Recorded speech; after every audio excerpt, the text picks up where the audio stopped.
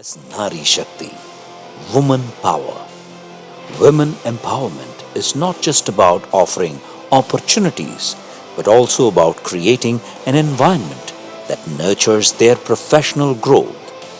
In this regard, the FICCI Ladies Organization, FLO Chennai, dedicated to empowering women, has entered into a landmark partnership with SIPCOT, renowned for fostering industrial growth in Tamil Nadu, to establish first-of-its-kind education-based creche facilities in 22 industrial parks.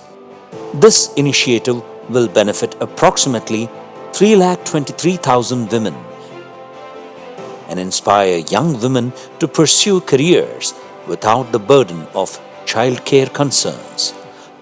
FLO Chennai, led by its dynamic chairperson, Dr.CA.CMA.CS.Divya Abhishek, and supported by her capable team, has signed an MOU with SIPCOT to implement this project.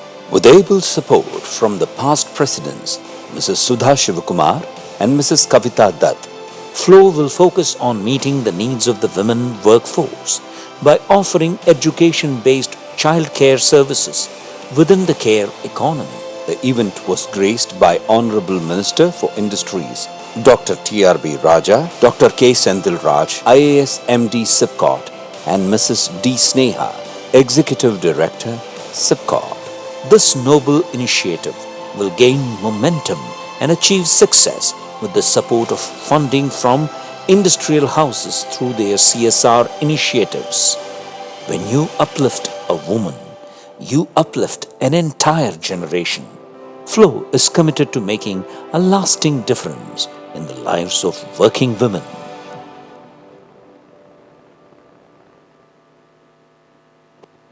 A vibrant space where passion comes alive to grow and flourish in the path of life, with guidance, support, and goals in sight, helping young minds excel and thrive. SSVM Residential School, ever shining bright, climbing greater heights. Yeah, SSVM Residential School. SSVM Residential School.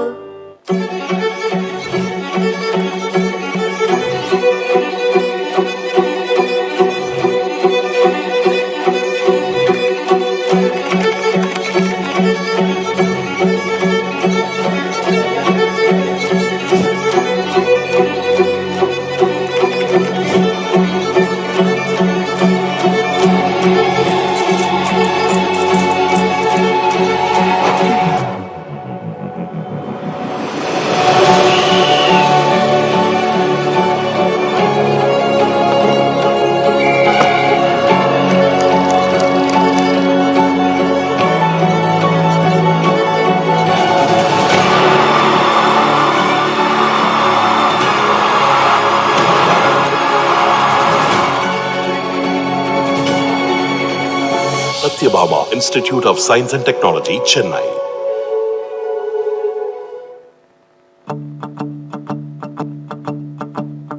பெருமை அப்படின்னா என்னன்னு தெரியுமா?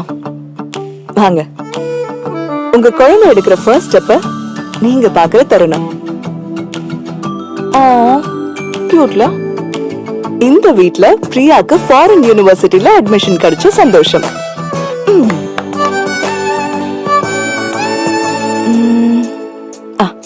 இங்க பாத்தீங்கன்னா pass promotion announce பண்ற நிமிடம். S, பக்கத்து வீட்ல பாட்டி செஸ்ல எல்லாரையும் பின்ற உற்சாகம்.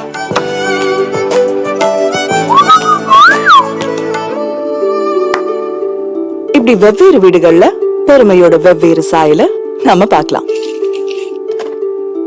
ஏன்னா பெருமை வசிக்கிற இடமே ஒரு வீடுதான். TRE, home of bright.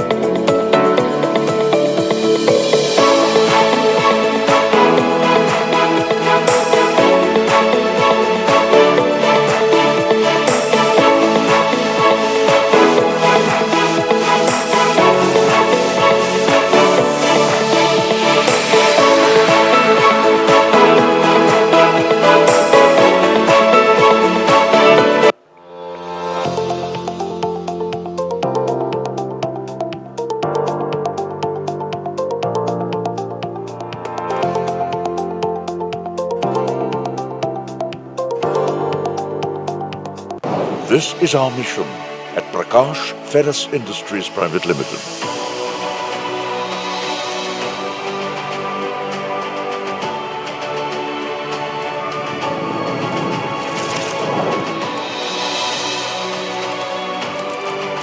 PFI Tirumala TMT. PFI has been the indomitable, invisible heart and architecture of growing India to metro rails, refineries, thermal and nuclear power plants, national highway projects and ports, water infrastructure and government housing. Manufacturing process is carefully placed and executed so that it adds to the quality and strength of our end products, taking India from strength to strength into the next era. Prakash Ferrous Industries, powering progress, forging the future. This is what you call a bad. What? This is what you call a bad. What?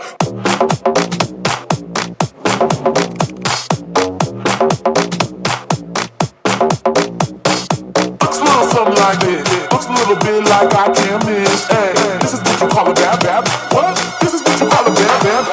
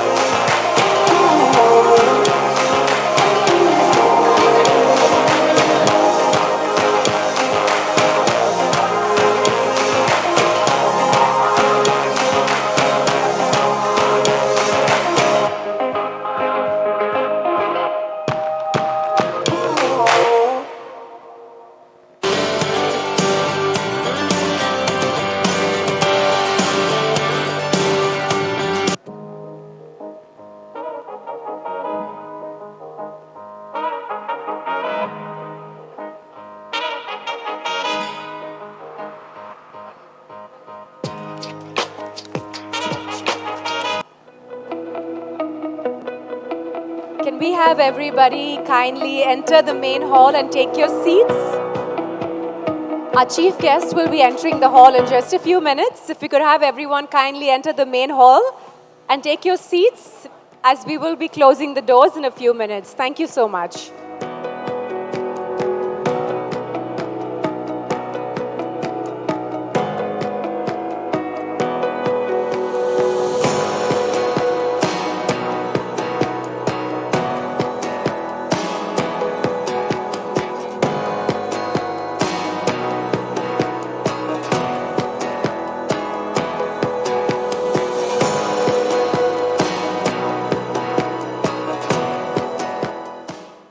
FLO Diamonds is the Diamonds for Champions, and I want to encourage the people to support, come and get high quality diamonds. So I'm here in the store now. I get to experience it for myself, and want to wish you guys all the best. Obviously, they are here in India and looking to expand internationally in the near future. So sure, definitely I will be a part of the brand and looking forward to a bigger partnership.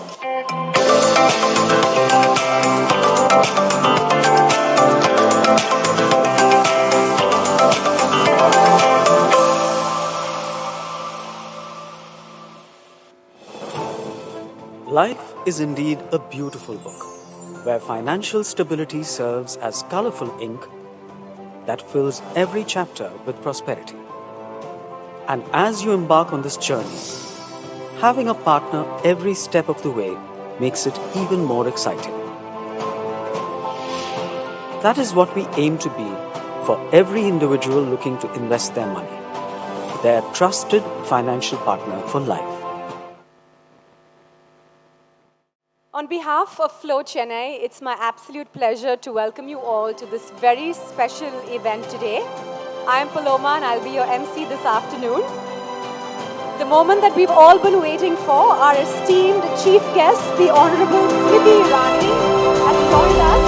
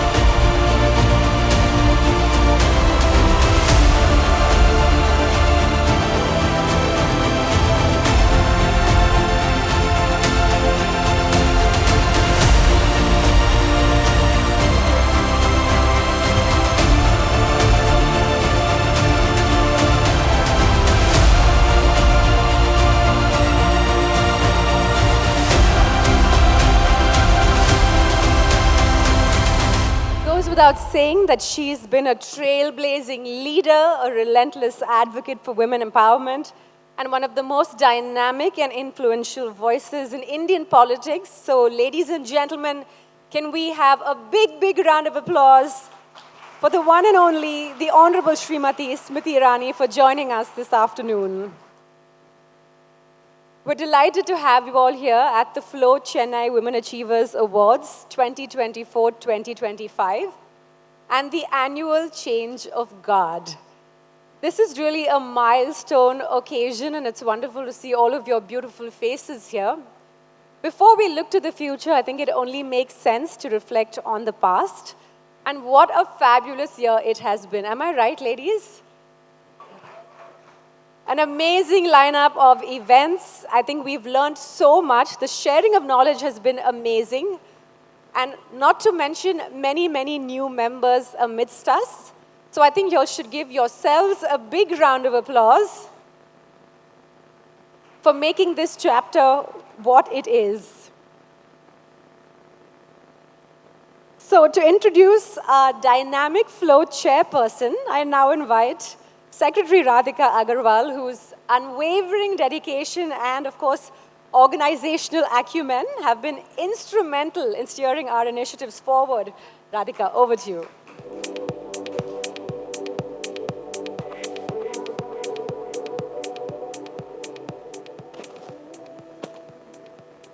A very good afternoon, ladies and gentlemen. It is an honor and a privilege for me to introduce Dr.CA.CMA.CS.Divya Abhishek, a trailblazing leader, distinguished accountant, and passionate advocate for women's empowerment. Divya's academic and professional accomplishments are numerous and impressive. She is the current chairperson of FLO Chennai and holds the distinction of being the youngest chairperson ever in its 40-year history. She is also the youngest elected chairperson of the SIRC of the Institute of Cost Accountants of India in its entire 65-year history. Her academic excellence is evident in her remarkable credentials. An All India rank holder in the Chartered Accountant and Company Secretary examinations, fourth rank in the Advanced Diploma in International Taxation, and a distinguished academic record as a Chartered Accountant, Cost Accountant, Company Secretary, and lawyer. Additionally, she holds a diploma in International Financial Reporting Standards and ADIT from UK and a degree in management. She also serves on the boards of several companies, colleges, universities, and trusts. As the youngest female independent director on the board of listed company in India, Divya has consistently shattered glass ceilings. A TEDx speaker, she has delivered over 3,000 lectures. Her outstanding contribution to the field of accounting have earned her the prestigious Best Women Accounting Professional in Asia Award from the South Asian Federation of Accountants. We are fortunate to have Divya leading FLO Chennai, where she has inspired us all. Under her leadership, FLO has doubled its membership this year and conducted a record number of programs, projects, and sponsorship initiatives. Divya was also recently honored with the Yuva Samman Special Recognition Award, adding to her growing list of accolades. Divya's commitment to excellence and perfection, her passion for creating meaningful change has been evident in every initiative led by her. Through marquee events, impactful projects, she's empowered, elevated, and engaged members and fostered a spirit of collaboration and growth. Working as a secretary under Divya's leadership has been an inspirational and a transformative experience for me and has helped me grow both personally as well as professionally. What I will cherish the most are the genuine friendships that I have built along the way. So let's give a big round of applause to celebrate our one and only Divya Abhishek.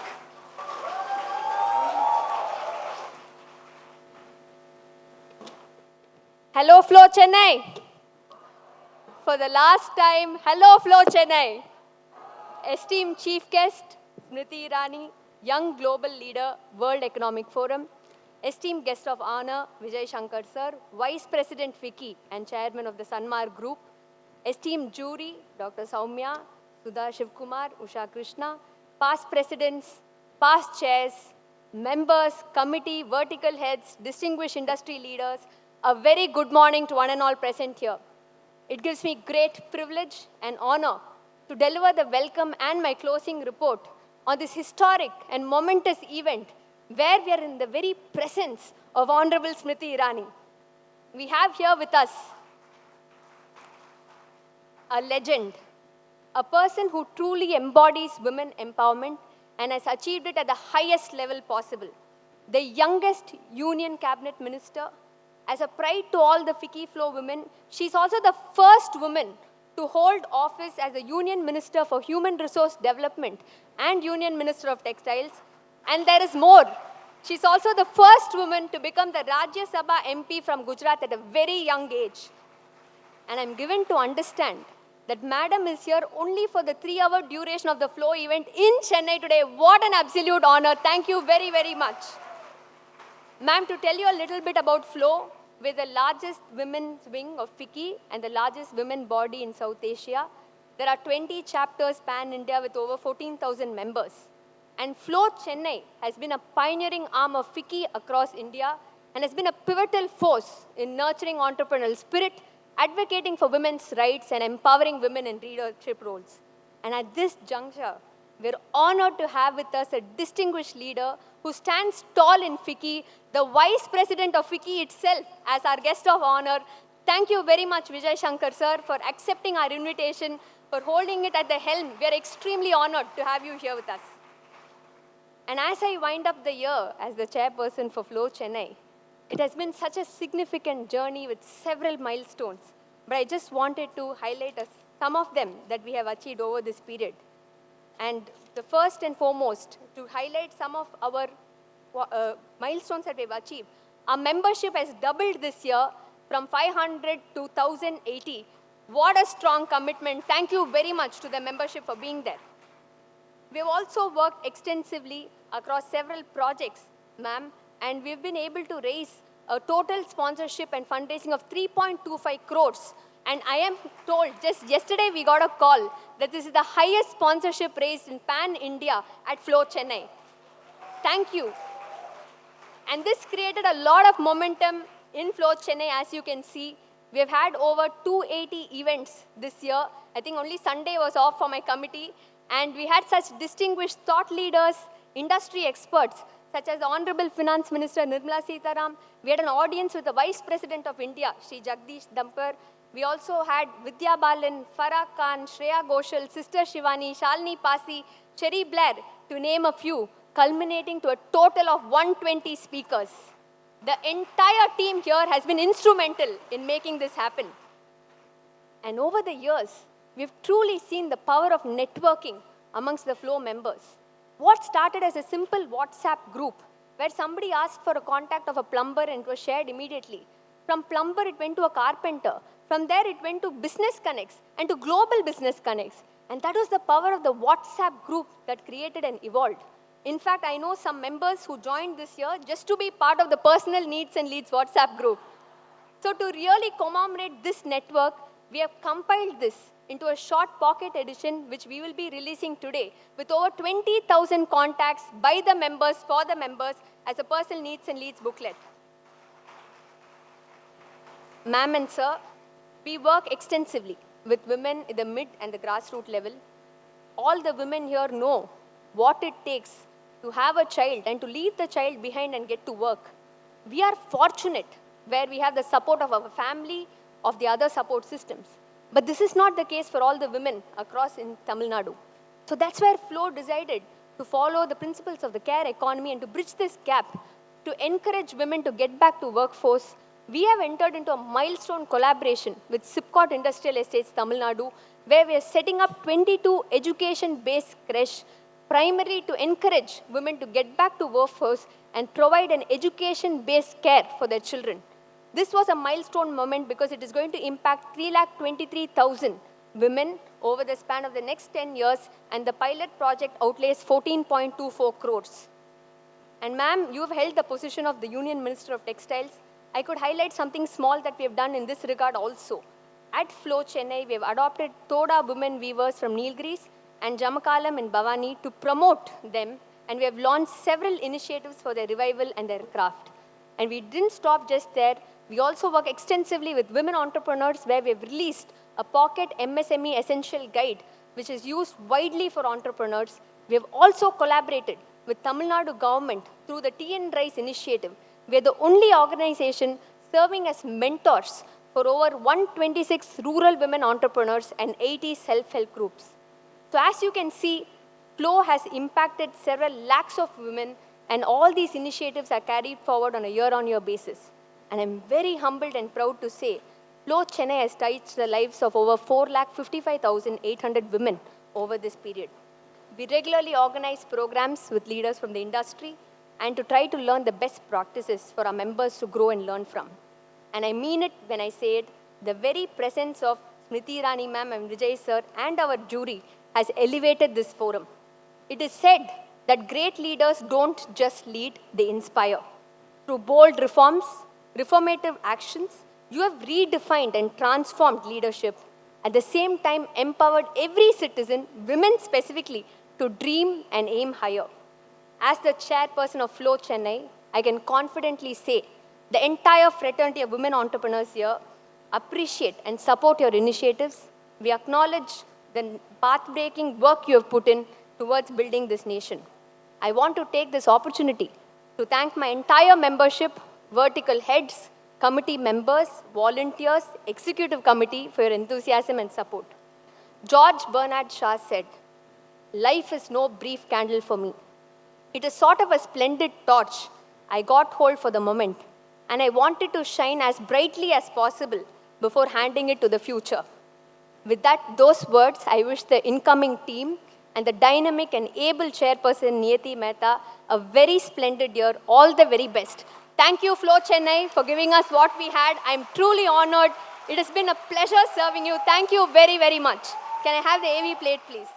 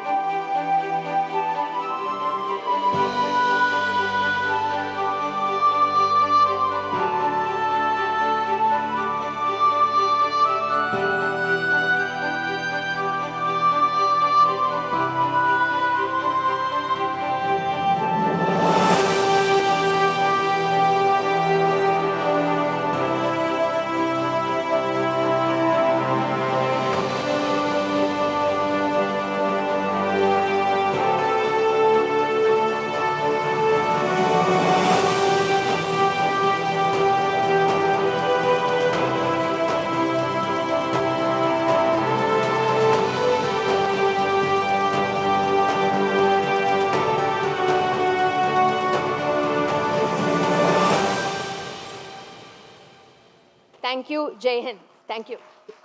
We give Divya another big, big round of applause, ladies. What a fabulous year. And now I request the dedicated and diligent Joint Secretary, Sandhya Rajan, to introduce the chief guest this afternoon. Ms. Smriti Irani, your journey is truly inspiring, and it's an honor to have the privilege of introducing you today.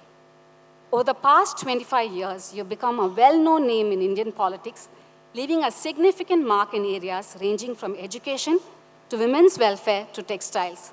What truly sets you apart is that you're a woman who has worked at McDonald's, been an actress, held pivotal cabinet positions, and is a young global leader at the World Economic Forum. Your story is a shining example of resilience, determination, and empowerment. Ms. Irani has played a significant role in politics, serving as the Minister of Education, Minister of Textiles, and Minister for Women and Child Development.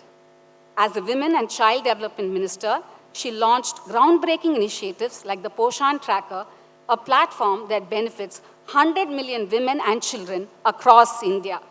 She also advocated for the creation of fast-track courts for survivors of violence and established over 700 crisis centers.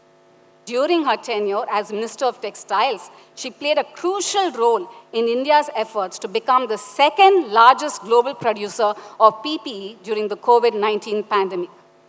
For all the parents out here, especially those with children in school, Ms. Irani was instrumental in revamping India's national education policy after 34 years. She brought forth important reforms to modernize the education system, including making physical education a core part of the curriculum. She also launched Swayam, an online education platform that has opened doors to learning for millions of students across the country. Beyond her political achievements, Ms. Smriti Irani is a passionate advocate for gender equity and founded the Alliance for Global Good, an initiative focused on addressing social and economic inequalities through gender-sensitive programs. An interesting tidbit about Ms. Irani is that she is a foodie and is known for sharing her culinary experiences and recommending food joints across the country. I want to know where we can get the best golgappas in Delhi.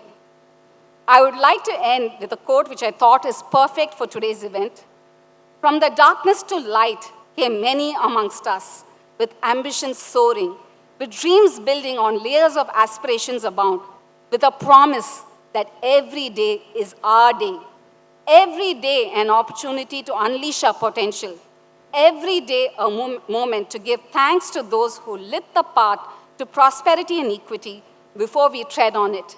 Every day becomes a Women's Day, for we will no longer be curtailed to the clock, no longer constrained by an opinionated flock. To all women who emerge from the darkness of inequality, be the light. I request Chairperson Divya Abhishek to escort the Honorable Chief Guest to this dais.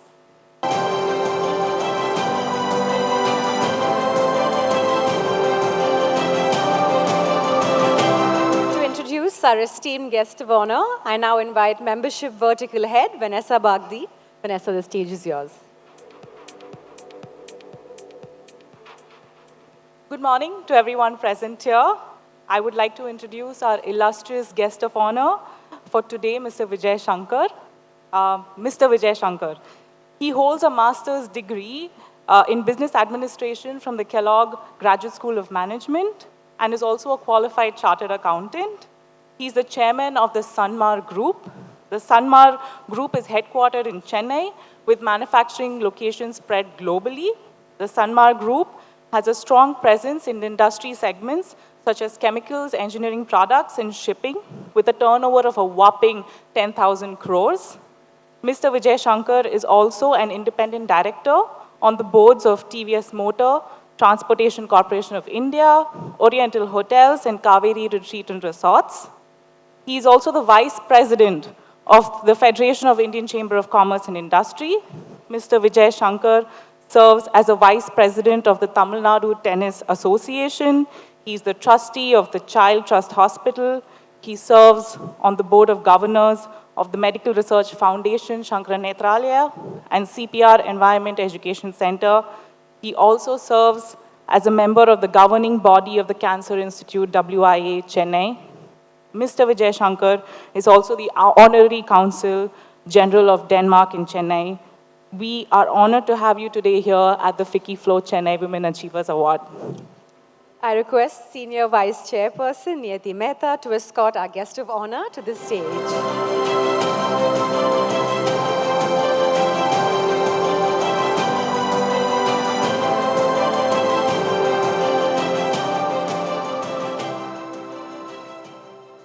And now the moment that we've all been waiting for, the Women Achievers Awards 2024-2025.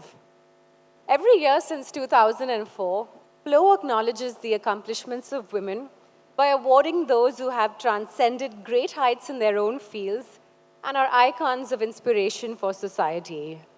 These women exemplify courage, determination, and excellence, and FLO Chennai takes immense pride in honoring women who have broken barriers, set new benchmarks, and paved the way for future generations.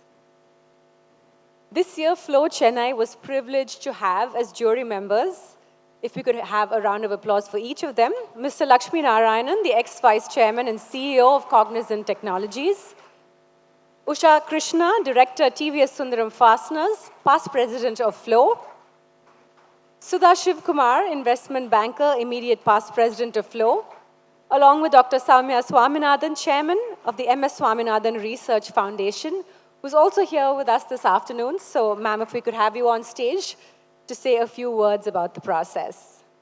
Good afternoon, everyone. And I'd also like to welcome Madam Smriti Irani ji on all our behalf to Chennai. Thank you also for inviting me to be part of this beautiful event. And I was honored to serve on the jury along with the other members, and Usha Krishna and Sudha Shivakumar are here. Mr. Lakshmi Narayana, I understand, is traveling. It was a very tough job, I can tell you. We had a very large number of applications, about 175. And of course, there are different categories. And it was very, very close. So for those of you who've won, congratulations. But for those who did not win it this time, it should not serve, it should not be a disappointment at all, because it doesn't speak to your achievements or to, what you've done, your determination, your persistence, your entrepreneurial skills, and your courage. And it should only encourage you to do more, because many more good things, I'm sure, are in the future for you. So again, thanks to FLO and Divya for inviting me to be part of this process. It was a very good learning experience also for me, and very uplifting to see the kind of work that women, particularly young women, majority of them were under 35, so it was amazing and really beautiful to see the work, and it gave a lot of optimism and hope for the future. So I'm sure you'll hear much more from our chief guest of today about women-led development. But many thanks, and again, congratulations to the winners. On behalf of the jury, I'd like to thank FLO for this opportunity. Thank you.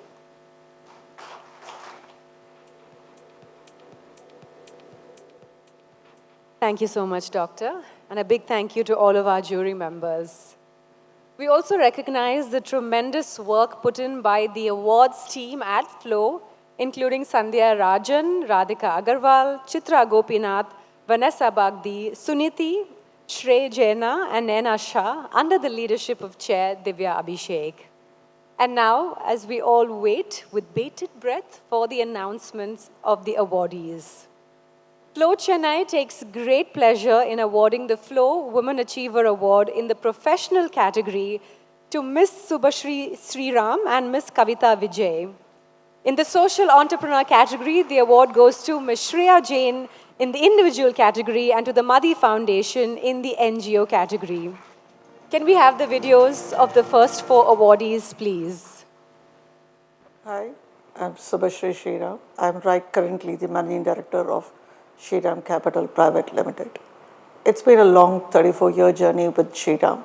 This group has given me opportunity to work in the lending business, more specifically financing the small businesses, ability to touch multiple households, multiple business enterprises across the country.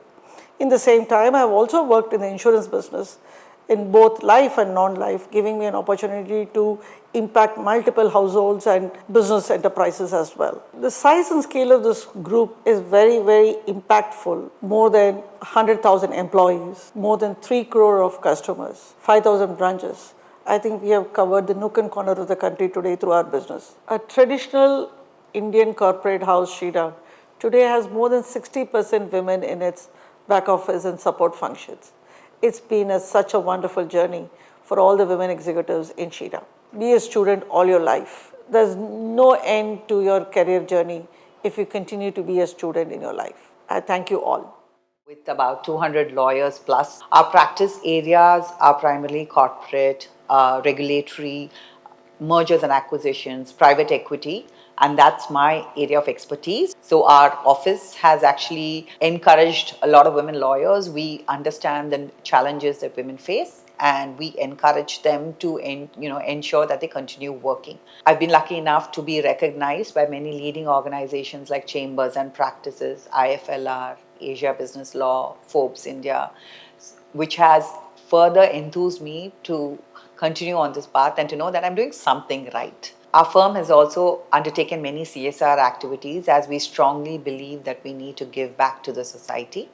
Little Sisters, Suguna Thomas's Foundation, and other orphanages have been supported by us in this endeavor. I look forward to continuing this journey of putting our firm in the top 10, if not the top firm in the country, and simultaneously also getting more and more women to rise in our profession and also to contribute back to society. Sustainable fashion meets social conscious. It gives birth to the causeway. We make 100% recycled t-shirts for corporate companies which promote sustainability in their work environment. After a lot of research and testing, we started recycling PET bottles and old clothing items that would have otherwise ended up at the landfill. After 5 years, I'm very proud to say that we have recycled about 75,000 plus t-shirts. With every purchase made, the causeway brings a cause to life, be it the need of classrooms in government school or helping kids with their education. We have an unfailing motivation to give more than what we take from our society and the planet. With the same agenda in mind, we aim to make the textile recycling the future of the fashion industry, as not only that will help us cut down our greenhouse emission, save gallons of water, and reduce overall waste disposal. I have always been so passionate about fashion. My work with the Causeway has given me a great sense of fulfillment, and I am very grateful for being here today. I'm Malia Shaukat, founder CEO of Madi Foundation. We work on foundational learning, one of the most chronic social problems facing India today. Even the most recent report suggests that 80% of India's children in government schools cannot read and do mathematics at grade level. In collaboration with the Tamil Nadu School Education Department, Madi currently works across 37,000 schools, 12 lakh children, and 65,000 teachers, impacting every single primary government school in the state. Over the last 2 years, literacy and numeracy levels among grade 3 students has seen a significant improvement, more than what Tamil Nadu has witnessed over the last 10 years. And that is a great validation of the kind of work that we have been doing along with the State Education Department. We are yet to ensure that every child in Tamil Nadu graduates from grade 3 with age-appropriate literacy, numeracy, and socio-emotional skills. And that will be our battle to fight for the next decade. With Madi, I envision a world that puts foundational learning first so every child can thrive. And on that note, please put your hands together as I call upon Ms. Subhashri Sriram, MD and CEO of Sriram Capital, to please join us on stage to receive the FLO Women Achievers Award for Outstanding Professional.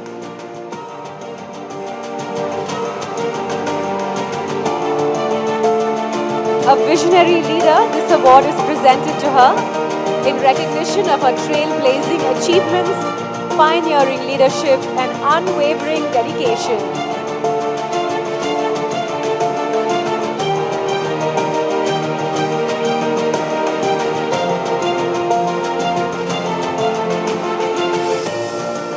The FLO Women's Achievers Award for Outstanding Professional is also awarded to Ms. Kavita Vijay, Joint Managing Partner, IC Universal Legal Advocates and Solicitors. Kavita Vijay has set a benchmark in the legal profession, a highly respected independent director on the boards of listed and private companies. This award is presented in recognition of her trailblazing achievements and sharp legal acumen. The FLO Women's Achievers Award for Outstanding Social Entrepreneur in the individual category goes to Shreya Jain, the founder of The Causeway. Insightful and innovative in her thought process, Shreya is truly an inspiration for others to follow.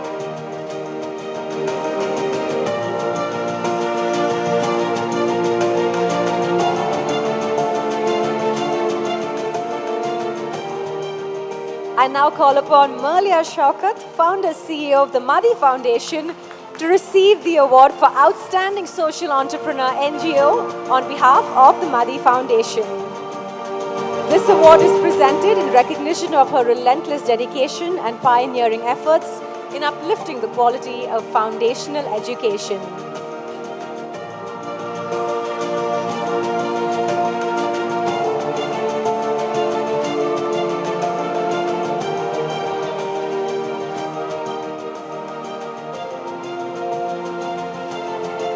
Let's have a big round of applause and congratulations to our awardees so far.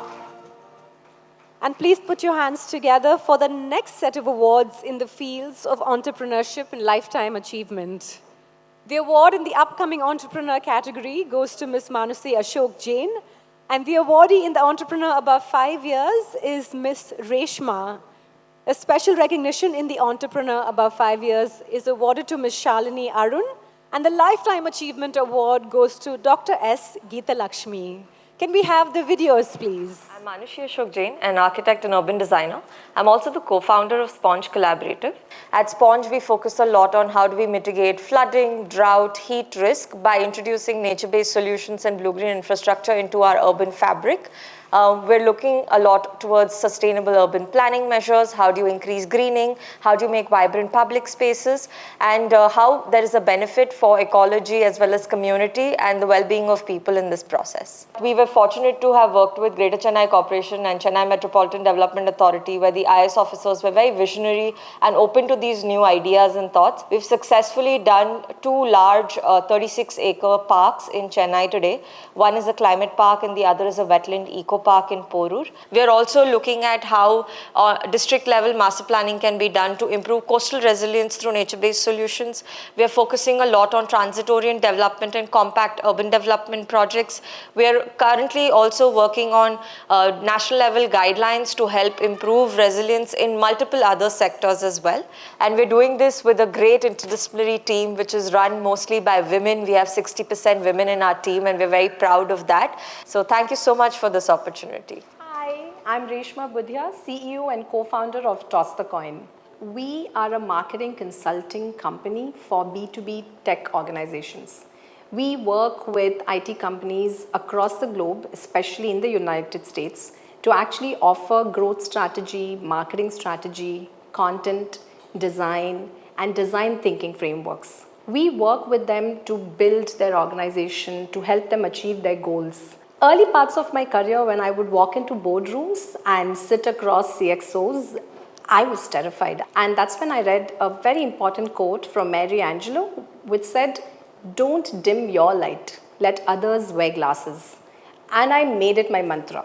Last year, we rang the bell, and it was the proudest moment of my life. For the IPO, we were the 3rd highest in India in terms of the subscription by 1,024 times. I'm very passionate about growing a women-first organization, which means for every 9 resume that possibly gets rejected of a woman candidate, we look at a male candidate.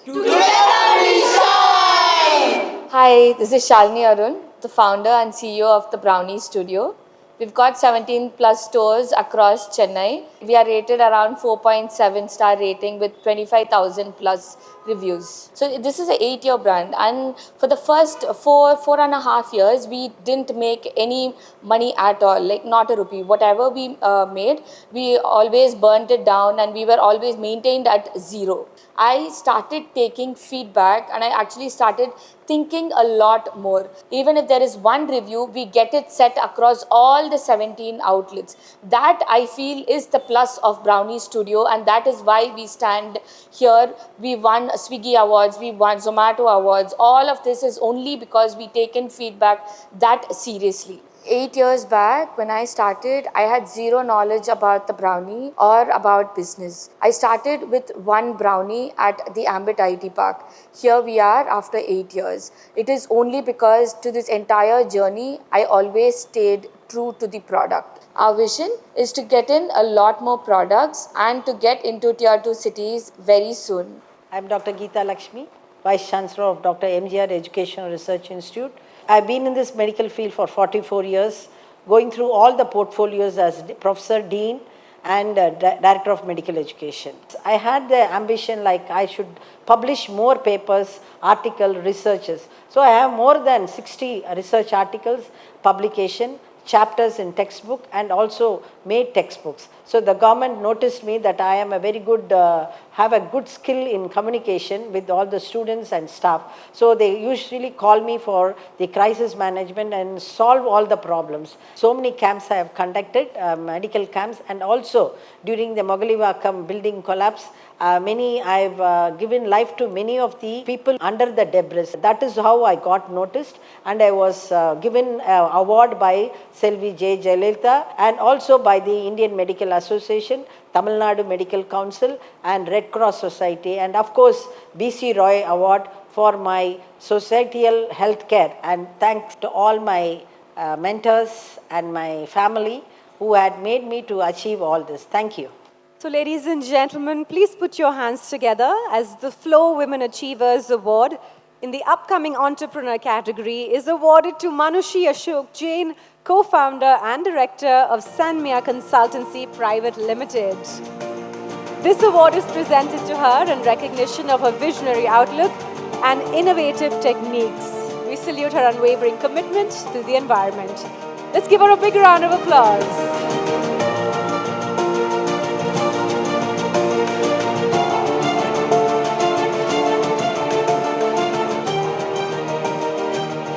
Next, the FLO Women's Achievers Award for an entrepreneur above 5 years goes to Reshma Budia, CEO and co-founder Toss the Coin Limited. This award is presented in recognition of her leadership, integrity, and a transformative impact in the marketing and business world.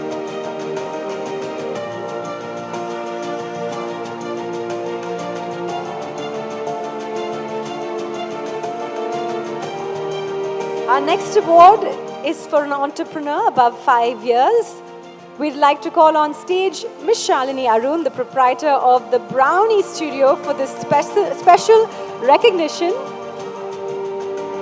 This award is given to her in recognition of her courage, resilience, and relentless pursuit of excellence. Her journey is truly an inspiration.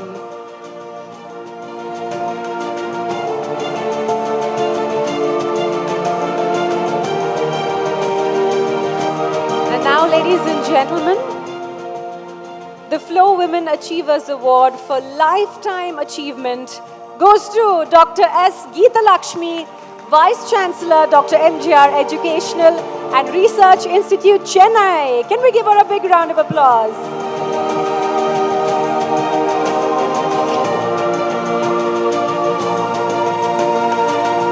A true role model.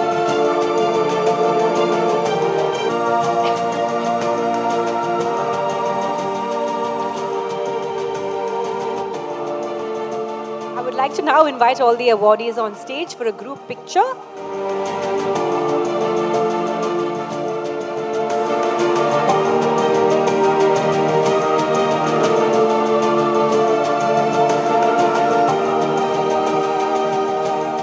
FLO Chennai would also like to recognize Ms. K. Sri Lakshmi Mohan Rao, for her exceptional commitment and dedicated service to FLO Chennai. Requesting you to please come on stage to receive this honor.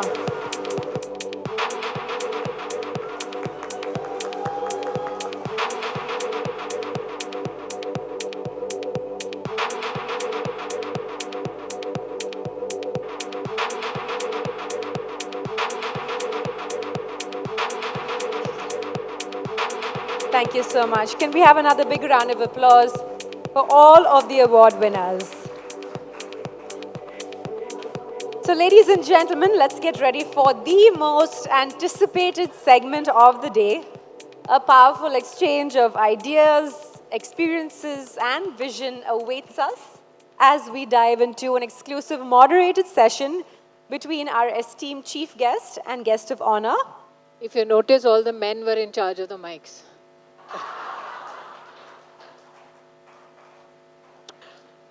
Oops. There were three at them. And one declaration before we begin, with the permission of the person about to interview me. So he came with this file full of papers about what to say to me or ask me. And I have taken away his file. So he's been fidgeting since then. Now, this is something a gentleman had done to me 2.5 decades ago. When I first came to speak on a political stage, he took away my papers just before I went up to the mic to speak. In fact, he tore it. So this is me returning the favor back to your gender. So good morning, everybody. Vijay, it's afternoon. Huh? Good afternoon. Thank you, everybody, for inviting me to be a part of this function. Congratulations, Divya, and all the best, Niyati, for the next year. I was involved in FICCI in the last 6 months, and in line with what Smriti ji said, I must say that we in FICCI, I keep asking people there as to what is FLO and what is the impact of FLO. Hold this like this. Thank you. I must say that what I've seen here truly is very inspirational. I think there's a lot of learnings for FICCI from FLO. I think the energy you see in the room here is truly inspiring. I mean, doubling the membership from 600 to 1200 in 1 year, I think in FICCI it would take probably a decade to do it. But, fantastic work. Congrats and all the very best. So today morning, I had, 3 days ago, I had accepted to, or a few days ago, accepted to be a guest of honor here. It's truly an honor. Thank you for inviting me. And I had, I thought it'd be a usual FICCI style event. I would prepare a speech, and then Smriti ji would speak. And then day before, Divya called me and said, Smriti ji would like to do a question answer session. That started me trembling 3 days ago. I looked up some of her interviews and I said, this is not going to go well. So I was already nervous as to... Isn't it going well so far? So a big round of applause to him. So today morning, in a bit of panic, I went and somebody I knew who was a predecessor in one of the roles that she has, with accomplishment, run. She's done so many roles. Not a predecessor. Sorry, successor in one of the roles that Smriti ji had run. I'm not this doesn't bother me because she's taken down all her interviewers in all the interviews that I looked up seeing in the last few days. So I'm prepared for this. But I went to meet her and I said, what would enthuse Smriti ji to come up with something new? And she said 2 things. I'm going to start off with one of those. So she's, as I said, the lady I met today morning was a successor in one of the organizations that Smriti ji has successfully led in the past. And she said she's truly fascinated with the various hats that Smriti ji wears, how she switches seamlessly from one hat to the other and brings energy into all these roles. She was in Davos last week, she was a minister last year, she was an actress before that, and she says she's truly amazed with the energy and the depth that she brings into each of these roles. So if I could start off by asking you that, how do you manage to multitask in such a diverse manner?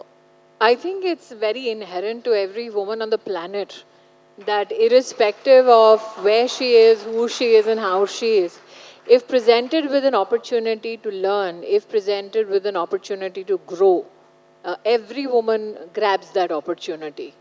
The difference is that when they grab that opportunity and they truly add a new leaf or a new page to their life story, whether at the end of that story or midsection they have a mic and an audience or not. That is the only differentiator between me and the women who are sitting here. Everybody has a story of struggle, of strife, of achievements, The only difference is some get to speak about it and some live the rest of their lives in silence. That's fantastic. Thank you. Nitiji, if I could come, you said speaking about chances given to women. And I guess it starts at the top. And I think the Honorable Prime Minister has really moved the needle quite a bit with the Women's Reservation Bill in Parliament. But still, if you look at the facts, the statistics, India is at 149th rank out of 180 countries globally in terms of number of women in the lower house in Parliament. I hope I got my facts right. The Global Gender Gap Index report is what you're possibly quoting, which is actually flawed. No, this is not. This is just the number of women membership in Parliament. Yeah, So this is simple facts. No. They are computing that in terms of political equity, and that's where they're wrong. And by the way, the person who did that report just got sacked at the World Economic Forum for sexual harassment. The anomaly in it is this, that they compute political equity in a country on the basis of only women in parliament. But actually, they don't even compute that completely. They do not count the number of women who are in the Council of Ministers, who are ministers of state. They do not count women who get elected to office in our state governments. They do not count women MLAs in states. They do not count women who get elected in panchayats. Now, if you start computing all of this, only in our panchayats, 1.5 million women have been elected to office. The reason why they do not compute this enormous number that India has to offer is that this decentralized, democratic, and representative aspect of politics does not exist in every other country on the planet. So India faces this demerit and does not have women who are elected in panchayats get computed in the political equity. And that is where the disparity is. If you start computing those women and their contribution, our rank, in fact, will surpass many across the globe. And they do not count the fact that the highest office in this country held by the President of India is that held by a woman. They do not compute that. That's fantastic answer. But would you still say, if I could push you a little bit, that we are still underrepresented as women in I think that positions we of are leadership? half the population. So yes, when we are 50% on a table, then you will say that truly we have representation on tables, in houses, or at the workplace, which reflects the equity in terms of demography. But ultimately, even if you look at panchayat system, the reservation is for 50%, but close to 65% get elected to office. So women also win in general category seats. And that again is yet another example of how women need not only win when there is affirmative action, they can win when they go shoulder to shoulder with men.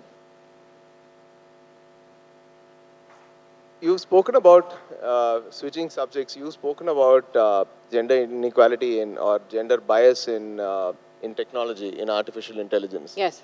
And I guess this is still a subject that is evolving in today's day and age. Could you speak a little to that as to why I you say think world over only 8% of women, especially if you compute the tech giants in the US, only 8% of their CTOs are women. So, and technology and STEM, and Soumya Swaminathan is here, who's better positioned to bring different perspectives to it. Only 29% of working professionals in STEM across the world are women. So wherever there is a pipeline issue and entry-level jobs to be given, where the real struggle is to build momentum for a company, everybody is happy to hire a woman. The minute the position comes with money and power, you see the number of women coming down. There's silence in the room because everybody agrees. Speaking of global technology giants, recently you did meet Bill Gates. So did you ask him that question? In fact, Bill is the only person that I've worked with personally for the past 6 years. And he's somebody who's not leading his company anymore. But most of the gender justice work that I do the world over, he's an equal partner in crime on those issues. In fact, there is a project that we've given Dr. Swaminathan on looking at the heat wave impact across public infrastructure, especially Anganwadis, and how the government needs to prepare in terms of maintaining those public infrastructures. That has been funded in consonance with Bill. So the agenda was that one, I get more and more Indian research institutions, Indians per se, who can research on issues that have a global impact. I'm currently doing close to 25 projects with Bill. So, congratulations. That's inspirational. Maybe switching subjects again and perhaps moving to isn't he doing so well without the paper? moving to something a little, perhaps, I don't know, personal, political. You, after a fantastic win where you defeated Rahul Gandhi in 19, you suffered, I guess, a loss in 2024. And this is not about the loss, but how do you manage to so quickly recover from the loss and, move right from the next day, your tweets and, just moving on to all these activities that you described? How did you manage to bounce back? I guess it's an inspiration for so many people. No, I don't define myself through the prism of my success or my failure. I don't need validation. I don't need a certificate, a medal. I don't need people who will say how great I am to feel good about myself. And I don't care when somebody says I'm crappy just because they felt like demeaning me. Couldn't care less. That's the impolite way of answering it. I think as human beings, and especially as women, we are ingrained in our upbringing as to how to seek validation. How to seek validation about our behavior, how to seek validation about how we look, how to seek validation about how we are in a family, in a community, how to seek validation as a mother, as a wife, how to seek validation as a friend. So every interface a woman has, it is accompanied by this need to get approval. I have no such trouble. So I guess that's why I can pick up the pieces. But the 4th of June was a turning point in my life, especially there's a very small podcast that happens on Aaj Tak in Hindi. And the gentleman reporter there is a very senior, seasoned reporter, Kamlesh Singh. He actually went into the details of my work in Amethi for 10 years. And especially my work as a member of parliament for 5 years. Now, in 5 years, I helped build 1 lakh homes. In 5 years, I helped build 3.5 lakh toilets. In 5 years, I helped connect 4 lakh farmers to the Indian Treasury. I built Amethi's first Chief Medical Officer's office. I built their first 200-bed hospital. I got their first MRI, CT scan machines. I built the first fire station. I built the first medical college. And at the end of the day, the reporter said, "Didn't you do too much?"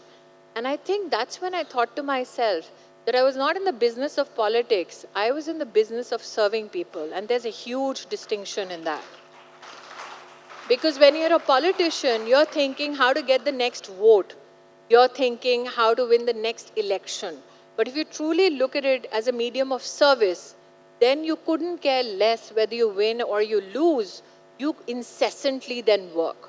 So I was working in Amethi even when I lost in 2014. But if you look at my political graph, even the first election I fought in the year 2004, the Chandni Chowk Lok Sabha constituency was not a winning constituency for the BJP. So it's not as if in Lok Sabha elections I ever got an easy seat. In fact, I got the toughest ones. And somebody who has been at the peak of the media career could always get choosy and picky and say, no, no, no, I want something very nice and simple and safe. I didn't want to be known for being the one who's mollycoddled into a particular position, who's glamorized into a particular position. I'm somebody who has worked my way up from the trenches, and I like that. I would rather have the respect of my colleagues and the respect of my karyakartas and my leadership than have the comfort of an AC office as a politician who's reduced to just cutting ribbons. That is not the person I am. Going back to the various, I guess, ministries, positions you've held and the work that you've done there, I think one of the things that stands out, even as per many of what we've read in the media and many of your colleagues, one of the things they admire you for is the way you brought in technology in assessing malnutrition in children and the changes you brought in the Anganwadis there. In fact, one of the first interventions I had from my office in technology was when I helped build India's first MOOCs platform. This was in the year 2014 when I took over as Minister Education. And I still remember Satya Nadella was visiting, and before him, somebody from MIT came and met me. And this gentleman scoffed at India's potential to create their own MOOCs platform and said, we at MIT can really help you. It's a very complicated issue. I think maybe he was not used to a brown woman sitting in the mantri's chair. And I just looked at him and I asked him exactly how many Indians does he think are there in the IT sector in the US as we spoke. Then came Satya and he said, you know, what happened and how can I help? And I told him in-house, give me 4-5 engineers who can help build India's first in-house MOOCs platform. And he did. And that's how we built the platform. And we built into 2015. I remember many bureaucrats telling me, ma'am, why are you building something where everybody is going to school and college? And then came COVID. And I think that's when everybody realized the potential of that platform. Today we have over 2 crore students on it with 1,000 courses that are being given. At that time when I was in office, I had the privilege of digitizing the entire curriculum and creating, in fact, a language model as well, so that across languages, whatever knowledge systems are available in medicine, in engineering, then could be cross-referenced and could be used by students across the country. In fact, given my Chennai Connect and the lady that you met this morning before coming to speak to me, between her and I, we decided, how do you introduce Tirukal to CBSE and make students across the country write about it? So there were many such things and opportunities that I could leverage with and without technology. Fantastic. Many congratulations. You had spoken about when you were the, I guess you're the first woman minister for when you led the under the unit your Minister of External Affairs, Mr. Muralidharan, you had gone to the Hajj as the first woman minister there. Could you, as the Minority Affairs, first woman Minority Affairs minister in our country, can you speak a little to that experience when you went to the Hajj? Well, I in fact infused technology even in Hajj Yatra. We created the first ever app which can help track the medical entire history of every Haji, because we saw most of the medical challenges that the Haji faced there is because the doctors there and the doctor, let's say in the district or in the local hospital or clinic that they were at, could have no point of referencing each other. It was called Hajj Suvidha. I think it's still functional. And we also included an interface between the family member of the Haji and the Haji, so that when they're overseas, and especially the poorest of the poor and those who are elderly, have one challenge of not, speaking to family or engaging with them. It's very expensive for a good 40 days of the travel and the religious pilgrimage, including how to locate and tag their bags. Now, this is something somebody from a local masjid or somebody from a local dargah has never had as a technology experience. So we introduced that. I was invited by MBS to that beautiful country. And when I was invited, my only request to them was, this is how I dress. And could my culture be respected enough so that I'm called as I am, with no changes asked. I think MBS was more than kind. They not only accepted my request, I, yes, became the first ever non-Muslim minister of minorities and first female who went all the way outside the Holy Mosque, knowing the boundaries, the limitations of their faith and mine. I was there to meet the entire bureaucratic staff that assists our Hajis. In fact, we had neighborhood country reps come up to me and say, can you ask a few questions about us also so that we can also get some facility thanks to India. So it was, I think it's historic moment indeed. You also spoke about something humorous that happened there. It was a Hindi interview, so my Hindi... Yes, so there is a holy mountain there. And I think that in the kingdom, they were not used to a woman going in a sari with her bindi and her Mangal Sutra right up to the holy areas. And then suddenly there's this whole crowd that started running towards me. So the kingdom's police and security personnel thought that somebody's got very aggrieved by me and is coming to possibly attack me. And they kind of ring-fenced me and trying to take me into my car till somebody started shouting, Tulsi! And then I told the security, I said, listen, this is a Tulsi problem. This is not a security problem. So I was lucky that the show was actually beamed across 56 countries. And it is very, I think, it kind of unnerves you when somebody says, no, we were there was fighting in Afghanistan and we used to watch you. I'm like, you're fighting and there's the Taliban and you're watching me. I'm like, But there were people from Fiji, there were people, the show got translated in Swahili, so I had people from the African continent, so everybody running. And the security alert was too high in the kingdom. And then they were like, what is Saas Bhi Kabhi Bahu Thi? I'm like, I'll brief you on it later. So yeah, that was a very surreal moment. Because Muralidharanji thought that somebody's out to kill me, you know. And I was like, sir, relax. He's like, what is this? I was like, this is Saas Bahu. So when she took away my papers and my well-prepared questions... But isn't he doing so well? she gave me a grace mark. She said she would, after a few questions, we'd be allowed to open it up to the audience for questions. So I think that's the... But before that, ladies, he's really overwhelmed with a room full of female achievers. Let's give him a big hand because he's been a great sport. So I got to do a 10-second plug for Fiki before Because I I hand tell it you over. what, on the top of his list to start the conversation was to wish me a belated happy birthday, and I'm still waiting. Yes, so big round of applause. Belated happy birthday to ma'am. So Divya, two final questions. One is, this is something that she had asked me to ask you. What happens I'm not going to mention What, your Saas age. Bahu? No. I'm not going to ask you whether you're going to go back into acting. I always say in life, never say never. You know, it is a privilege to be seen by people in 56 countries.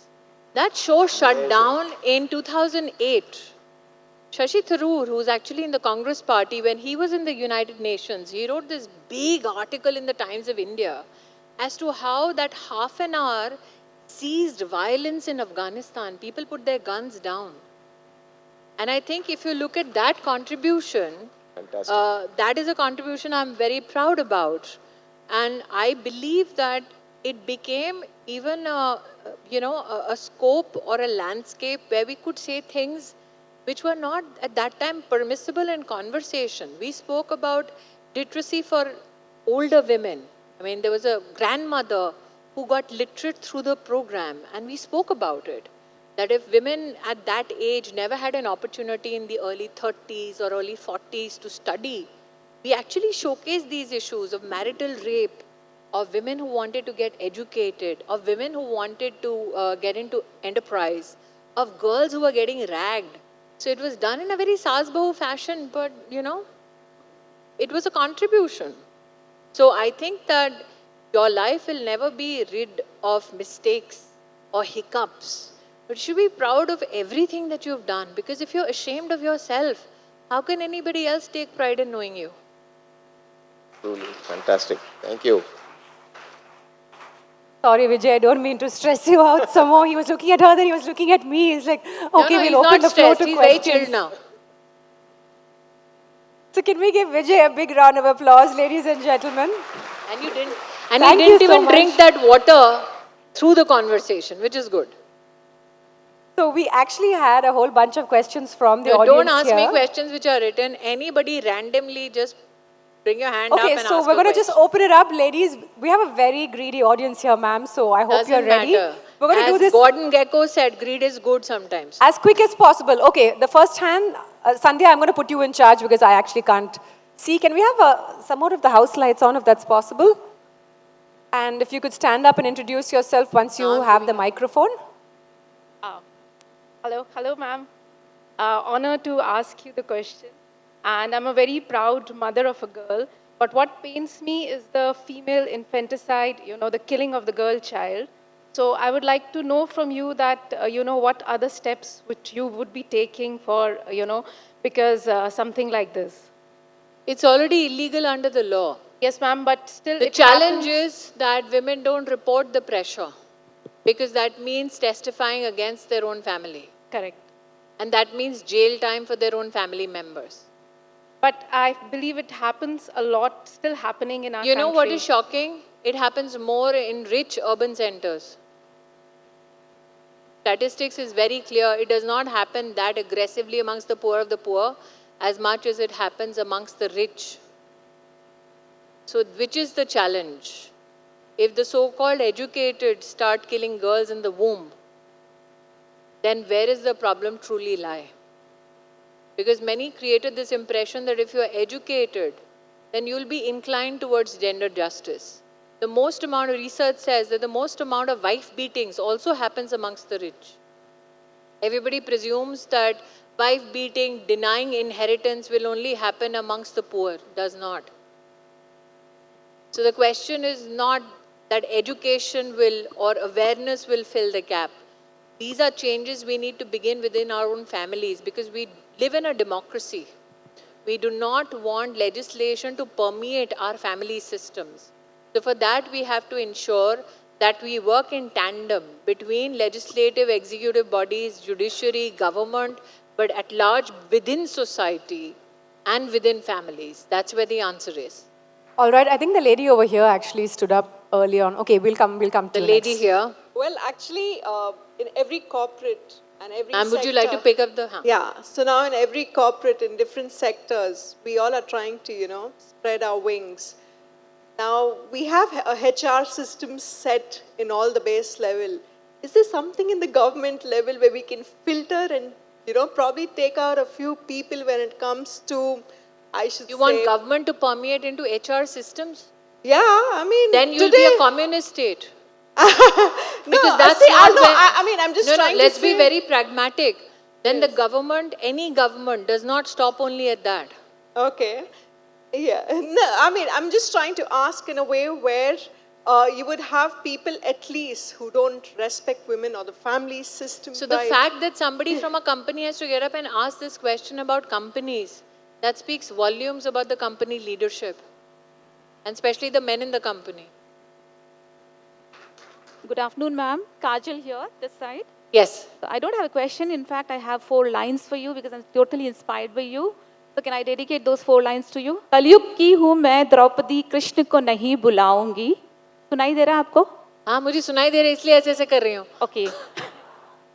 कलयुग की मैं हूँ द्रौपदी कृष्ण को I love the नहीं effort, ma'am. I love the effort. One, let's stop deifying what women go through and what they achieve. Gods are meant to aspire something within us which helps us kind of share the bounty. But let's not deify women. That is where the problem is. Some is waiting for God to come and rescue. Some is waiting for God to come and enlighten. Some are kind of signifying some way or the other that women are Shakti.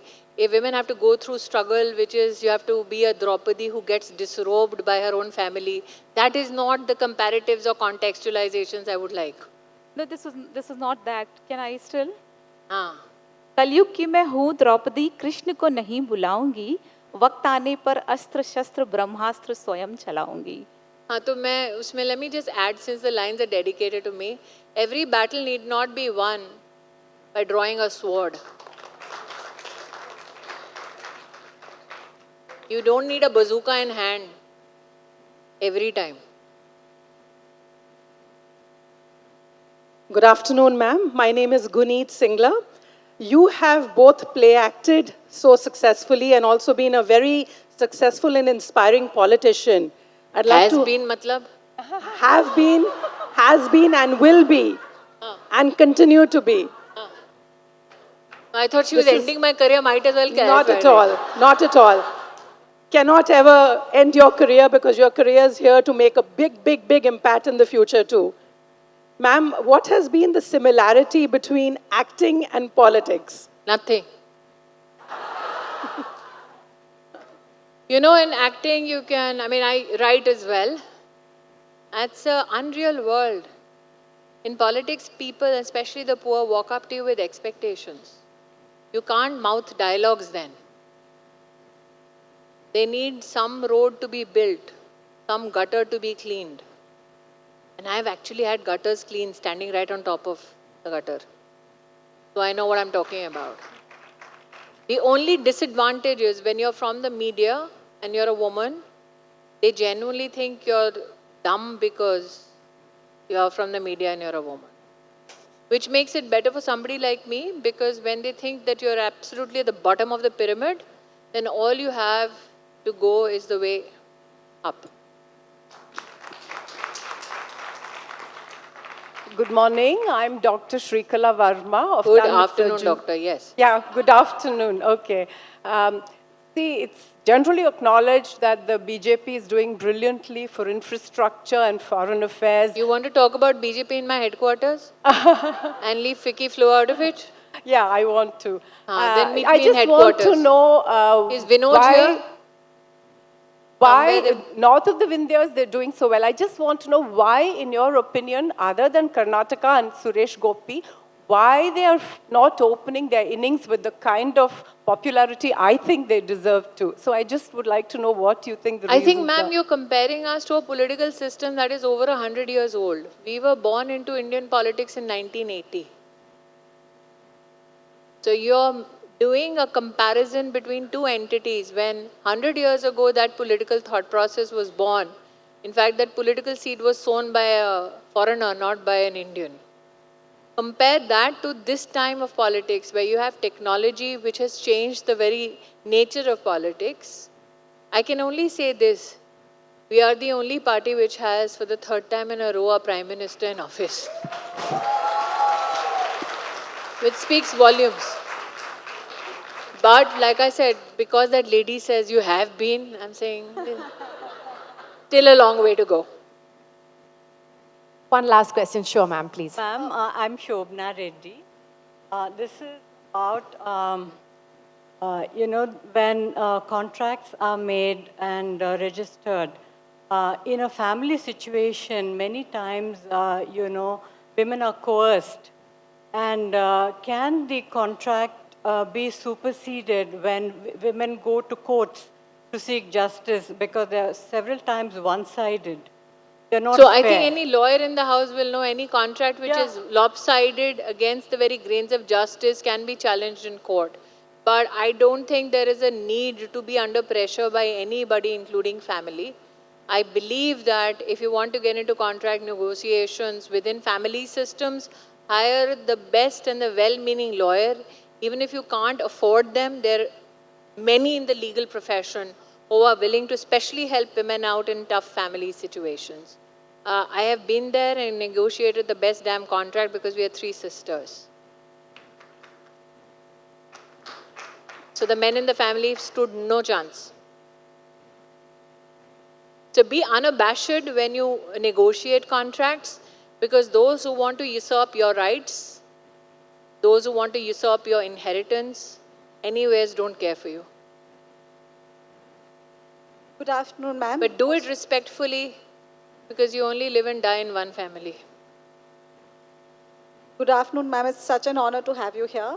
I have a question for you. In so many years that you've had different professions, I mean, you've played different roles. Do you have any regrets? No.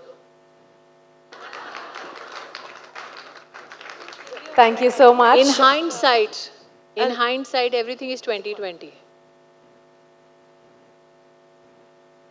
What you know today enables you to judge whatever you need to do for yourself today. You will know more tomorrow, but that doesn't make you dumb today. Your circumstances will be different today as compared to tomorrow. Your learnings will be different today as it is tomorrow. What I knew at 20, I know better at 49. So don't be harsh on yourself. There's a whole world out there which wants to beat you down anyways.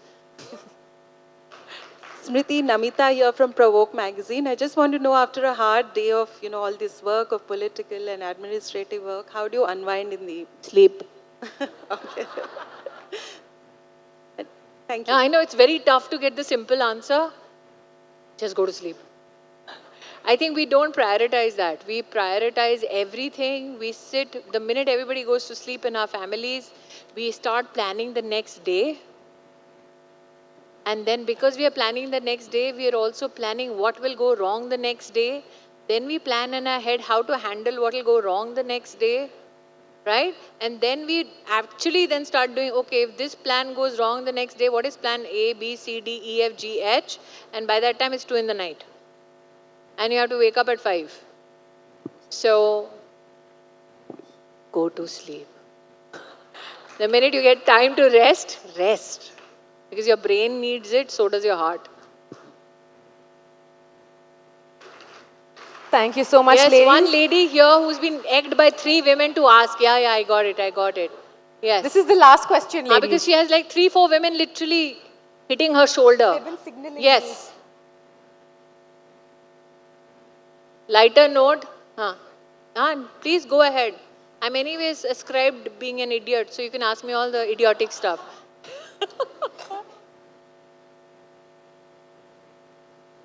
Yeah, how do you think I got fat? Huh?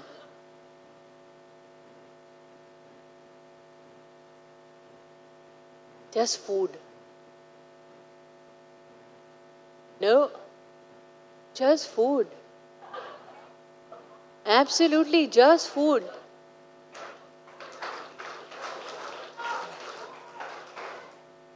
Jo Mile, you know what? What's your name? Pratibha. You see, we always wait for that perfect thing to enjoy life.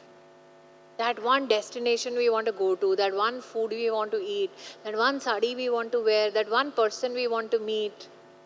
And we forget you can live life right now and just be happy with what you have.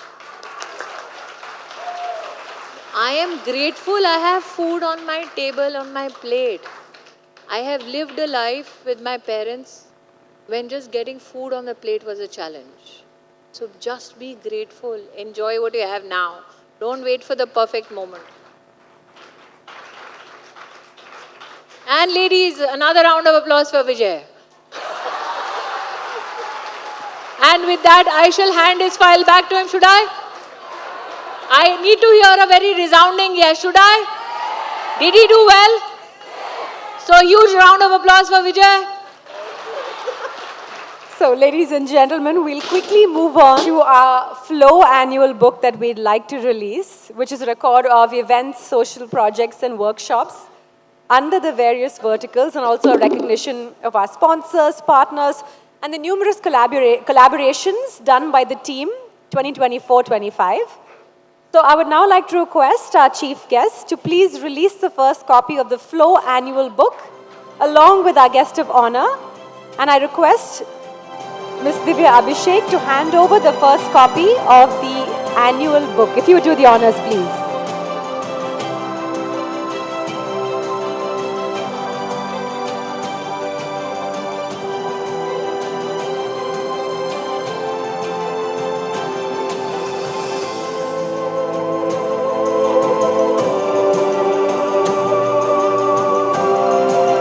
And as a token of our heartfelt appreciation, we would like to present mementos to our esteemed guests. Requesting Divya Abhishek to present the memento to our chief guest. Can we have a big round of applause, ladies?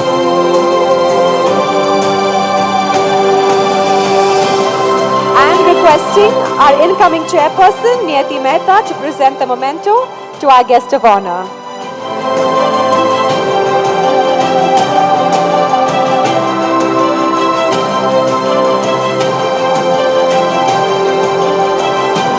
Before we move on to the all-important changing of the guard, we would like to thank SSVM for coming in as our event sponsor, our media partners, the Times Group, SSVM, our associate partner, and Kesar Awards as our award partner. Our deepest gratitude to our sponsors and gifting partners. Thank you so much for being an invaluable part of this event. And now, ladies, as we bid farewell to one incredible leader, we welcome another.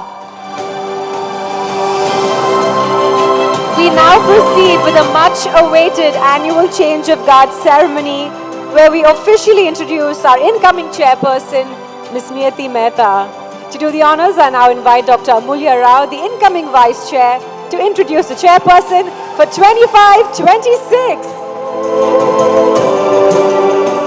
Thank you, Paloma. It's truly a privilege to introduce our incoming chairperson, Ms. Niyati Mehta. Niyati's journey is a beautiful blend of passion and talent. She is a management graduate and a trained jewelry designer. She is the head designer at Mehta Jewelers and the visionary behind Aurea, a lovely brand of fashion jewelry. Niyati has been an integral part of FLO for over a decade and has been part of the committee since 2020. She has contributed immensely both at events and in fundraising. Her commitment to women's empowerment and her entrepreneurial spirit sets the stage for a very promising year ahead. Please give a round of applause for our incoming chairperson, Ms. Niyati Mehta. I now request the outgoing chairperson, Divya Abhishek, to hand over the medal to the incoming chairperson, Niyati Mehta, symbolizing the official change of guard.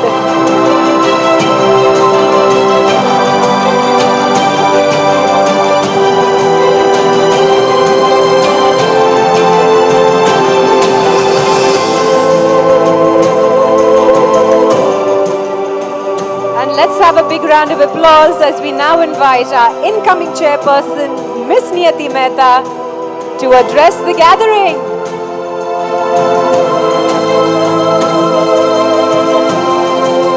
Honorable Cabinet Minister Smriti Irani ji, distinguished guests, past presidents, past chairs, Mr. Vijay Shankar, and my dear FLO members. Today is not just a handover, it's a defining moment. A moment of momentum, legacy, and ambition coming together yet another time. A moment where we honor the past, embrace the present, and charge into the future. And what a year it has been. A year of impact and inspiration. Before we look ahead, let's celebrate one woman who led with strength, clarity, and vision. Divya Abhishek. Under her leadership, FLO didn't just function, it flourished. We witnessed game-changing speakers, bold conversations, and a year challenged us to think bigger, aim higher, and push harder, while empowering those who needed it the most. And none of this would be possible without Divya's passion and her drive and her strong commitment to excellence. Ladies and gentlemen, please give a standing round of applause to Divya Abhishek and her incredible team.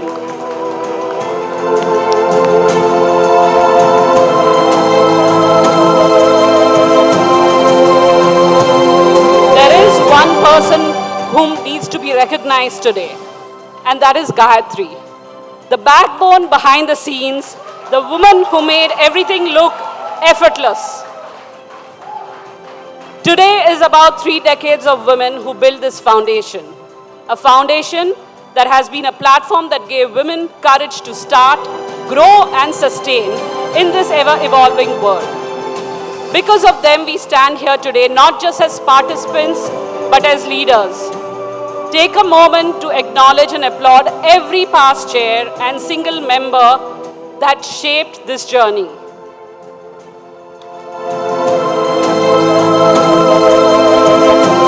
As a young girl, I knew what it felt like to have doors closed before even I could knock. To be told to wait, adjust, fit into spaces that never were built for me. And then came FLO, a place where doors weren't just open, they were wide enough for every woman to walk in, take charge, and own their place. It became the platform that saw me for who I am and the fire that I carried. And it gave me the space to lead, build, and push limits. Today is a tribute to the little girl within me that did not give up. For FLO did that to me. It does to every woman who enters the doors of FLO. Because we are not here to find our footing, we rise. Ma'am, FLO is not a network. It is an absolute force. A space where women don't talk about success, they create it. This is where ambition is not a fashionable word. It is in the very fabric of our existence. Each of us is here for a reason, some to rediscover, some to lead, some to innovate, and some to break every glass ceiling, and some to build something that has never been built before. This year, we take that power to a next level. 2025-26 will be a year of sparkle. Sparkle is a movement. This year, let us step forward without hesitation, own our brilliance without apology, lift others as we rise, because when one woman shines, she lights up the way for many. My vision for the year is to create a thriving ecosystem where learning ignites potential, collaboration fuels progress, and every woman has the tool to turn her dream into a reality. So ladies, it's time to step up, take risks, build something bigger than ourselves. So I ask of you, are you ready? Are you ready to lead? Are you ready to challenge the norm? Are you ready to sparkle like never before? Because this moment belongs to us, and here's to a year of power, possibility, and unstoppable brilliance. Your voice, your participation, and your ideas is what will make this special. We invite every member to step forward, get involved, and let's create something beautiful. Let's sparkle. Thank you. Can we have the AV, please? 5 million women at the panchayat level was very inspiring, and at FLO, our ethos is to help women reach 65% representation and more at all levels. Being in the business of serving people, that is the business of FLO as well. And thank you for reminding us, especially as women, we don't need validation. I would especially like to thank Mr. Vijay Shankar, our guest of honor. He was an outstanding moderator despite having his notes confiscated. Thank you, Paloma, for being a fabulous MC and keeping the event lively. Thank you to all past presidents and past chairs who are the backbone of FLO. Thank you to the entire team who worked on Women Achievers Awards, Chitra Gopinath, Naina Shah, Vanessa Bagdi, and Suniti Raj. And special thanks to the jury who took their valuable time. This event would not have been possible without award sponsor Kaser and award partner the Times of India and SSVM. Thanks to Krishna Bezawada for being an event planner extraordinaire, and to the Taj for their incredible hospitality. Finally, last but certainly not least, special thanks and congratulations to both Divya and Niyati and their entire teams, and thank you for being a wonderful audience.